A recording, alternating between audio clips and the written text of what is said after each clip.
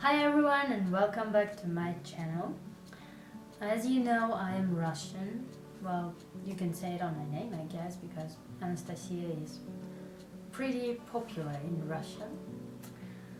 So today I want to answer the most searched questions about Russia, Russians and Russian language from the Google. Why is Russia so cold? Well, first of all, not all Russia is cold, okay? Russia is big, so it is going from the far north to the far south. And not all the Russia is cold, like seriously. In St. Petersburg it is cold, because we are the biggest city so far north. So, yeah, well, sorry. We are very northern city, it is cold here. But if you go to Crimea, or if you go to some big cities on the south of Russia, like Volgograd, Samara, Astrakhan, it was very hot there, seriously. In summer, here in St. Petersburg right now, for example, it's 16, middle of July, 16 degrees. But in Samara or in Astrakhan it is plus 30, 38. So not all Russia is cold, just some parts of it. You know, even in Moscow it is so much warmer than here in St. Petersburg.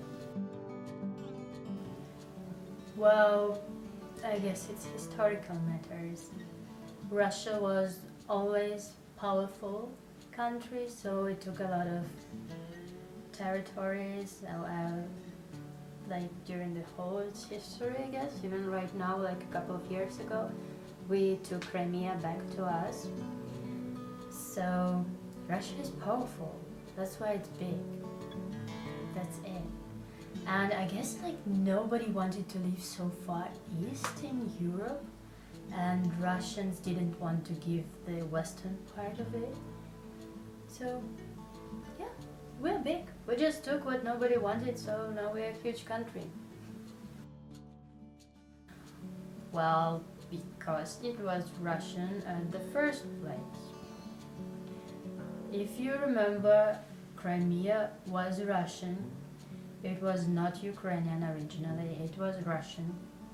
But then Russia just gave it to Ukraine.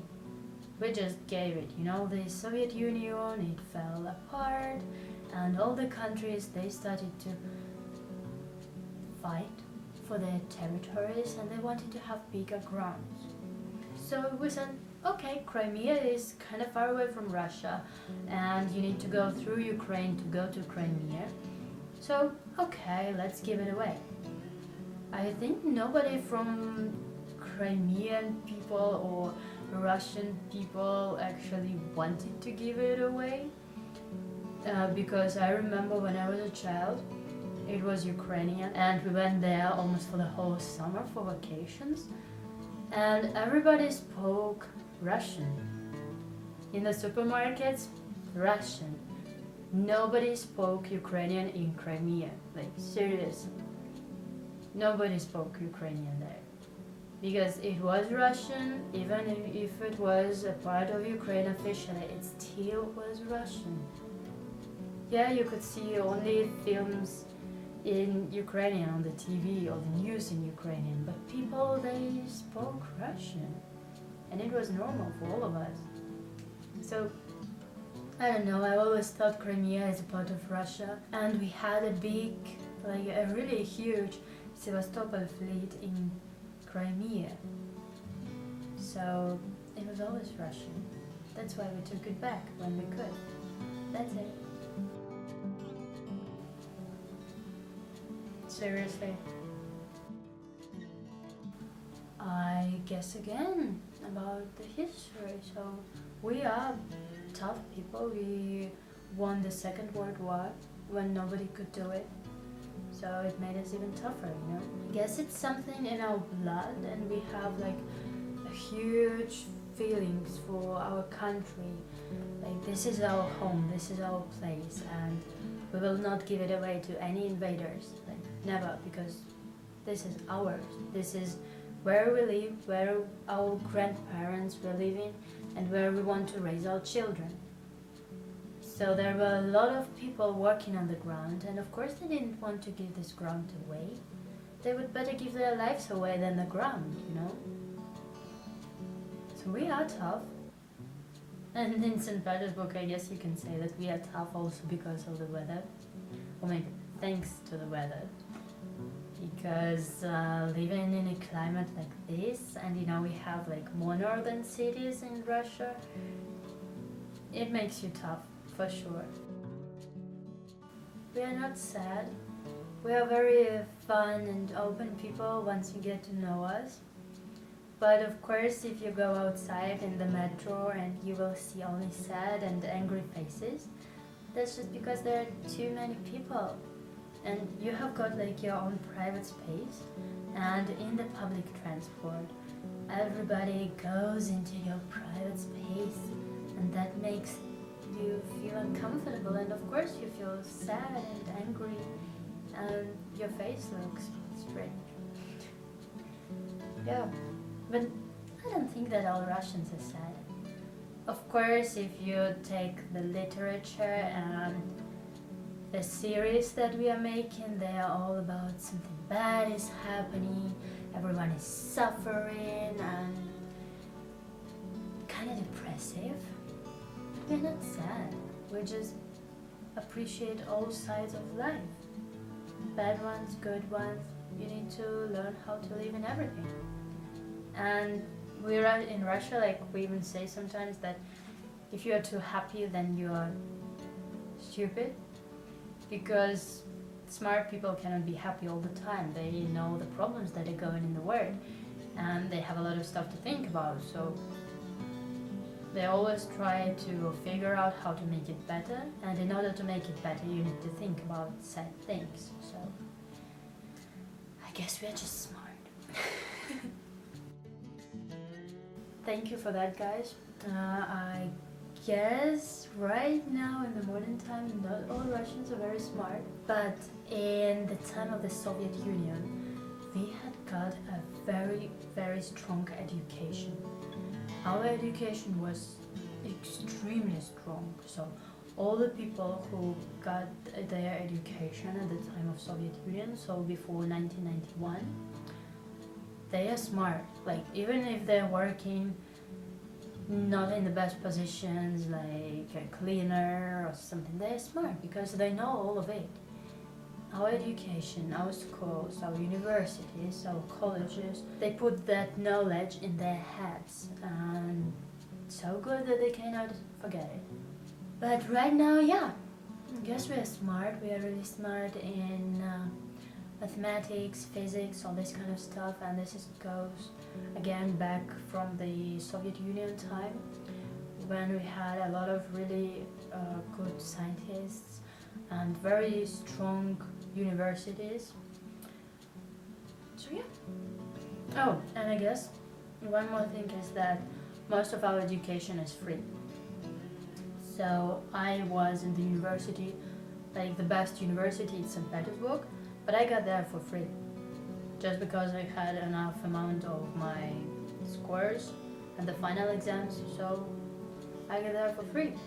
So you have a choice in Russia. Either you will be smart and successful, and you get everything for free, like the education, of course, and you have like better job opportunities after that, or you don't study at school, you get bad scores at final exams, you don't get to the university if your parents cannot pay for it, and this is very expensive, so I don't think they can pay for it, then you just have no other choice. Go be somebody without the education. And you know, here, like, you always have an opportunity to get free education. If you go to the university, even the first year you can pay for it if you didn't do well enough on your final exam. So the first year you are paying for it, but if your scores are good in the first year, you're going to the budget version of for studying, so you don't have to pay for it anymore. And if you are not that smart, if you are not that talented in education-wise things, then you can leave school earlier and go to some lower universities, like colleges and all this stuff. This is like lower level of universities that we have. They are not even called universities. You can go there and get yourself educated as a teacher, as a train driver, as a driver, as a worker on some construction or anything. So you always have an opportunity for free education. We do speak English. Seriously, we do speak English. Maybe the older generation doesn't speak English that good. Like my parents, they're trying to relearn English because they had it at school, they had it at university, but the level wasn't that good, so they're trying to learn it again. But I guess my generation, it is very hard to find somebody who doesn't speak English, at least a little bit.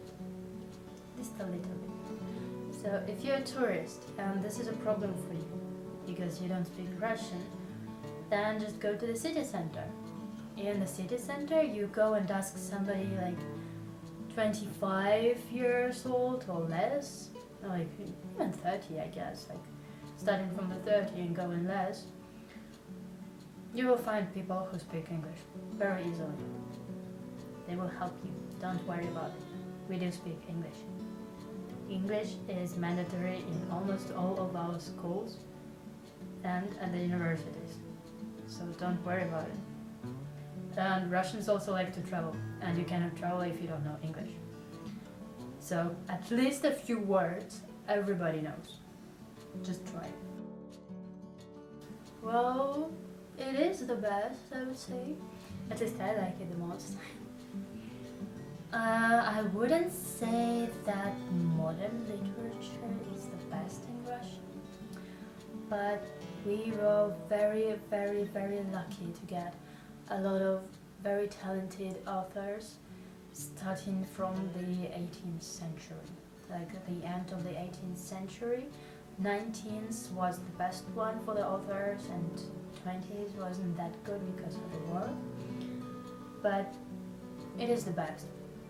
We have a lot of talented authors.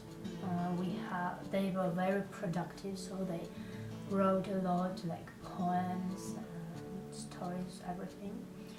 And we had like a literature center, St. Petersburg, so it was quite easy to write here because you had a huge community. It was in the 19th century.